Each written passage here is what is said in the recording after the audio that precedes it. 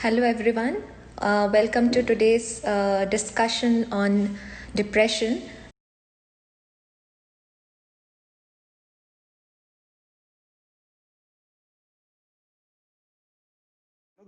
One of the things that people always ask me is that what are the commonest things on your prescription?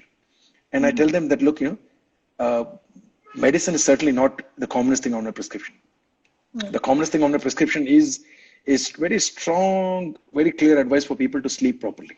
In 24 hours, if there's anything you want to do better, make sure that you sleep well. 7 to 8 hours in the night, uh, good restful sleep, prioritize sleep. Focus. If you don't work, if you don't do anything properly in the remaining 16 hours, that's okay. You need to sleep well because sleeping well will have clarity, will give you enthusiasm and motivation to do things better. Other thing I tell commonly is to exercise.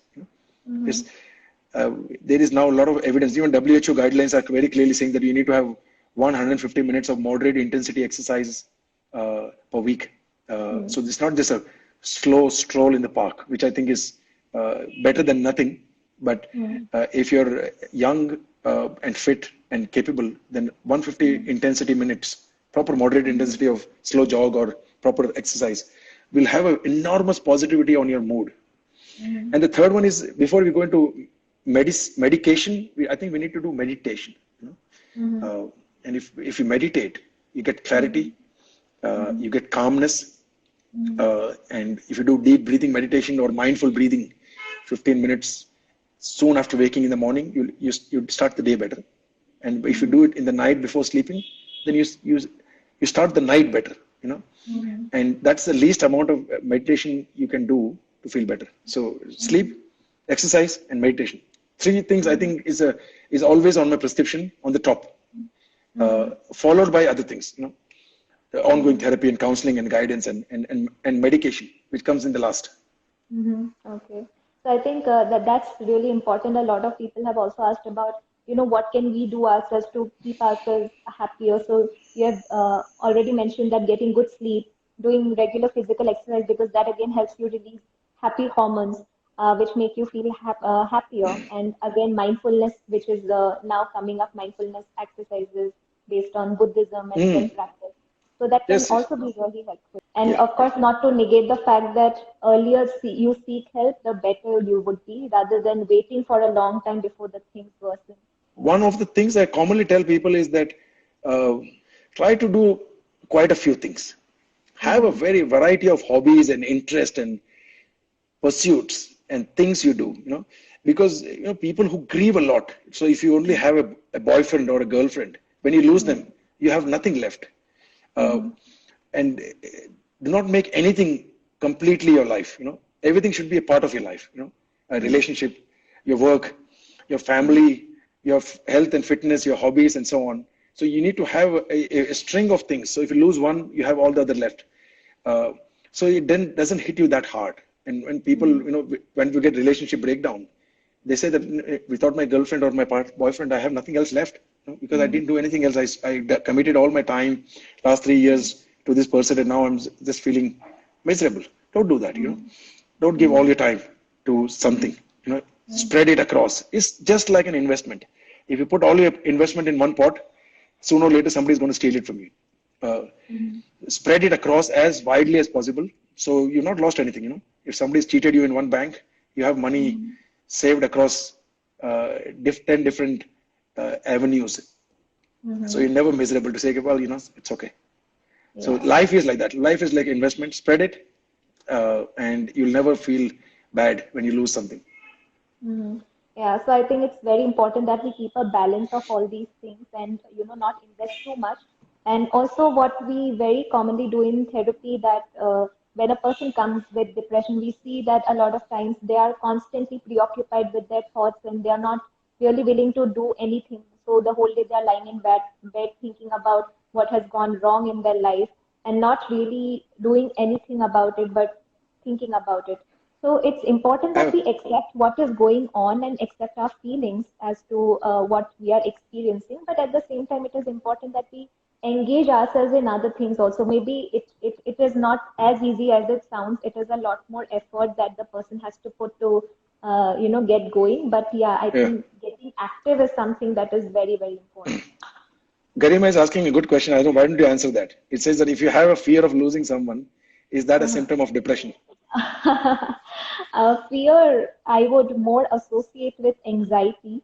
That you have fear of losing somebody, and you are constantly thinking, or very common in what we see in generalized anxiety specifically, Mm. that you are constantly worried about things going wrong, or maybe if my husband has gone out, he'll probably not come on time. What will happen to my kids and all? So fear is mostly seen in more in anxiety than in sadness, I would say. But yeah, we Yeah. cannot say that it is absolutely not seen in depression. But it is very important to understand how it started and what led to these kind of thinking, rather than just jumping into conclusion that okay, you have this symptom, that means you have this problem. But yeah, it is very important, and that's what we do when we meet our clients also, understand how this problem arose, rather than Mm. just saying that okay, this is the sign and this is the diagnosis you have. And I think we should never fear losing anything. Life is dynamic and it is always changing. Relationship is dynamic. Nothing is permanent. Anything we have today, we are bound to lose it tomorrow.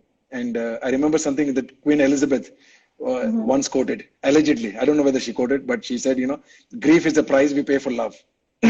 uh, and if you have been in love, you're going to experience grief. You're going to experience separation. You're going to experience loss. You Mm-hmm. need to take it healthily. You need to accept that Mm-hmm. what we have today might not last tomorrow. So Mm-hmm. we can't sit and worry about losing somebody tomorrow. We need to enjoy and relish them today.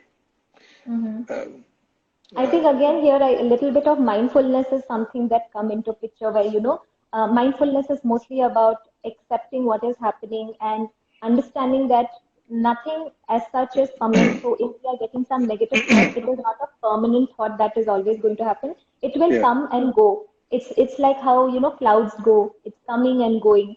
So even the thoughts don't remain permanent. They will come and go. The more you try to suppress it, the more it is going to bother you.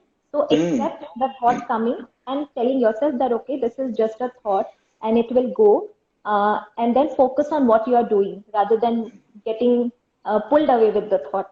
So I think that yes. is something that you can try and see how it works for you. Yeah. It's another nice question. Uh, Codependency is toxic, they say. Mm-hmm. And I think that the person can add to our happiness. So I think when we talk about toxicity, I think codependency, I don't know what codependency means, but I look at dependency can be toxic. And I think we always, in relationships, in family, there should be interdependency. So there's something you give and take. You can't just keep getting from people. Mm-hmm. And when there's in relationship, you only get and not give, then it becomes toxic. Mm-hmm. Because eventually there's going to be issues arising. So be interdependent. Give, Mm-hmm.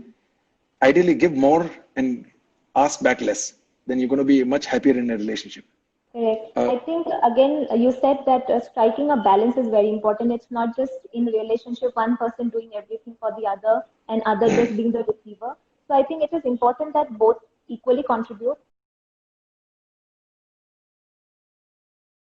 Treatment options that are available. So, like you said, there are we have mental health professionals like psychiatrists, yeah, yeah. psychologists, but a Mm. lot of them have a complaint that they are being charged too much. So, are there affordable ways by which they can receive therapy? Oh, no, no. I think that's a completely different topic. I won't get into it. I did 15 years of my practice in UK, and UK the healthcare is completely free, but Mm-hmm. there's a lot of waiting list. If you go into private sector, it's very, very expensive. Mm-hmm. My fees would be 30 times more in UK than in India. So Mm-hmm. I think India is one of the cheapest country in terms of healthcare, especially for seeking psychiatric consultation. If you're going to have big operations in major hospitals, then it costs a lot. But Mm-hmm. otherwise, the healthcare is very, very cheap in India. Mm-hmm. If you Correct. don't believe me, then I think you need to go and seek medical care outside India, and then you will start to seek out. Many people who travel outside India still consult with me because they know I'm 30 times cheaper than what I would charge them. treatment options, we need to look at both, talking therapies or psychotherapy and medicines. Firstly, we'll talk briefly about medicines, and I think people have a lot of misconceptions about medicines. Antidepressants are commonly prescribed. They're safe to be taken over a long period of time. They're not addictive.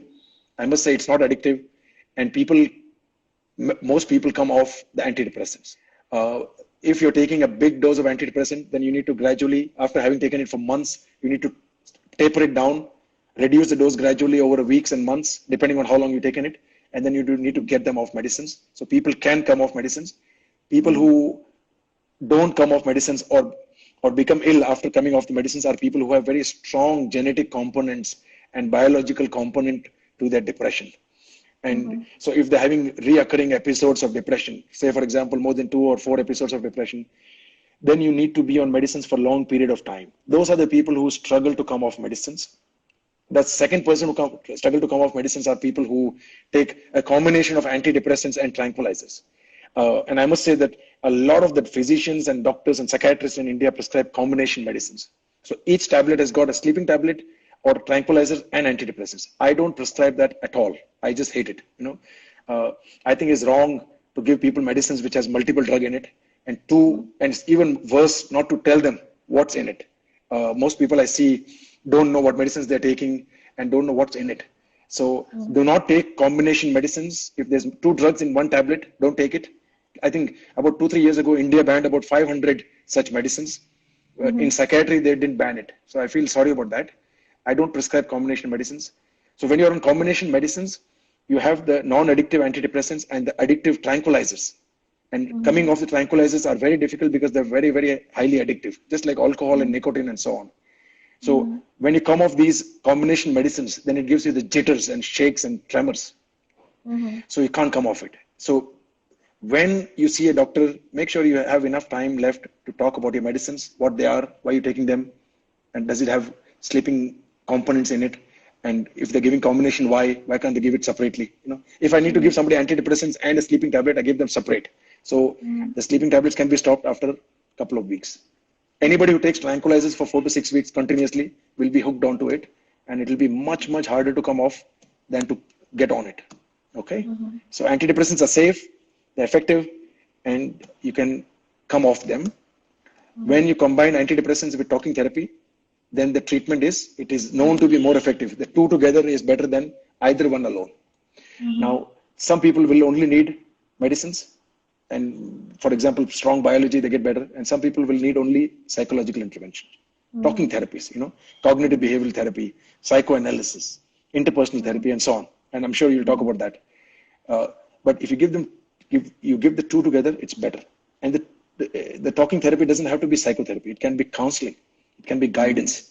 It can be, helping somebody to manage anger, to build self-esteem and confidence, and so on. So medicines and psychological therapy. And I'm sure you won't talk about the psychological intervention. I'll just briefly say, because we don't have so much time, and when you talk about therapy, it is a long, I think we can have a separate webinar altogether on that. But yeah, like you said, a combination of both medication and psychotherapy does wonder. And this is not just what we are saying, it is all the research that is all evidence-based practices that they say. And yes, there are some situations, like you said, the biopsychosocial model, if it is more of a biological concern, then medications work better. If it is more of a psychosocial concern, then the therapies work. So it is very important that, you approach a mental health professional who has experience and expertise on these things, so that they can prescribe you what is best for you, what suits you at this point of time. So never say no to seeking help, and always approach. Yeah. I always sometimes tell people is that, therapy is not something that's done to you. It's not like massage. It is done by you. You're an active participant. You participate in opening up yourself, opening up to your emotions, and bringing about changes, And so therapy is about 2 professionals talking with a view to bring about changes in someone's attitude, thoughts, and behavior. So it's not, I remember one patient, we had a therapy sessions, and then he said, "Sir, wo therapy kab shuru hogi?" So, and I said, did you think that it's going to be some sort of, head massage or foot massage? And Yeah. that's what he thought. It's not that, therapy is conversation. Mm-hmm. I tell you my problems, and depending on types of therapy, sometimes you just evaluate what I'm saying, and sometimes you change the way I think and change the way I behave. So, Mm-hmm. in all this process, the person has to participate quite a lot, Mm-hmm. and that participation is not just for change in feelings. It Mm-hmm. is Participation is for transformation as a person, Mm-hmm. not just to solve the problem, but to see life and Mm-hmm. issues in a different way. So that when you have similar or bigger problems in future, you are able to Mm-hmm. adapt and use those skills. So therapy is medicine might be short term, but therapy is for life. It just changes people. And when as we know, when we see people, uh, they manage their episodes better. First episode of depression was all crisis. Second Mm-hmm. episode, it was not. It was okay. Third episode, they said, it's fine. I just come back Mm-hmm. and do something. You get a booster session. So people Mm-hmm. learn, people grow, and people Mm-hmm. become more resilient, as we call it. Facing Mm-hmm. up to stress and challenges and then bouncing back. That's what resilience is. And when you seek help, when you make efforts to feel better, when you look after yourself, then when you face difficulties, you become more resilient over time. Mm-hmm. And that's what we need in life, you see. Yeah, I think like you mentioned, both both kinds of treatment, whether it is medication or therapy, are important, and based on your requirement, those are prescribed. So now I just move to the last question. So we had a very wonderful discussion on depression, and I'm sure our viewers have also understood how now they can see depression and not use it in a layman's term that, I am depressed, rather than saying that I'm feeling sad. Mm. So last thing that I would like to ask you is, now that there is COVID situation and lockdown and all of these happening, and a lot of people are stressed and little worried about what is going to happen, because of course this is an extraordinary situation and this has never happened before. So what would you suggest them? Look, we were stressed and anxious and depressed before the lockdown. We were stressed with the noise and chaos and commute and hassle and expectations and demands and deadlines and PPTs and so on. And then we had the lockdown, and we had no work, and we could get up late, and we didn't have to travel. The air was clearer. There was no noise. You could hear the bird chirping. And then we were lying in bed and feeling stressed. Um, what are we going to do now? The unlock started, now the chaos is all started again, and the demands and expectations started. We are now again feeling stressed. So Mm-hmm. what does it tell us about ourselves? It tells us that stress is not outside of us. Stress is within Mm-hmm. us. It is our Mm-hmm. reaction to external realities. It is our Mm-hmm. perception, is the way we see things. Something that is stressful today is not stressful tomorrow. Mm-hmm. On day one of lockdown was very stressful, or week one. Second week, we was like, well, it's okay. Yeah. And after 11 weeks, we are absolutely fine. It's the situation is as dreadful as it was, more dreadful than it was 10 weeks ago. But we are okay now because we are adapted to it. Mm-hmm. So we need to change our reactions, and each Mm-hmm. one need to look at their reactions to external reality, accept the reality, and say, okay, Mm-hmm. what can I do to make the best out of this? If it's a Mm-hmm. lockdown, then what do I do at home? What do I do with my Mm-hmm. work, with my children, with my husband? I could run away. Uh, Mm-hmm. uh, Husband or wife both could run away to work, ignoring their family problems, and now they're stuck at home. They have to deal with it. You have to deal with it. Sort out the things that need sorting out. The chaos in your house, the things, the emotions, the relationship problems. Start sorting them out one by one. Lockdown is an opportunity. I think the 3 month has given, at least is given me, and it's given me a lot of time to tell others, to say that this is a big opportunity to do all the things that you want to do, because this is not going to last. Because when this passes away, we're going to sit and cry again and feel stressed to say, my God, I could have enjoyed then, I didn't, and I want to enjoy now, and I can't. The regimented grind of life is going to come back to all of us. So don't waste these moments away. As from mindful, I remember a quote by Dale Carnegie. He said, "Today is the tomorrow I worried about yesterday."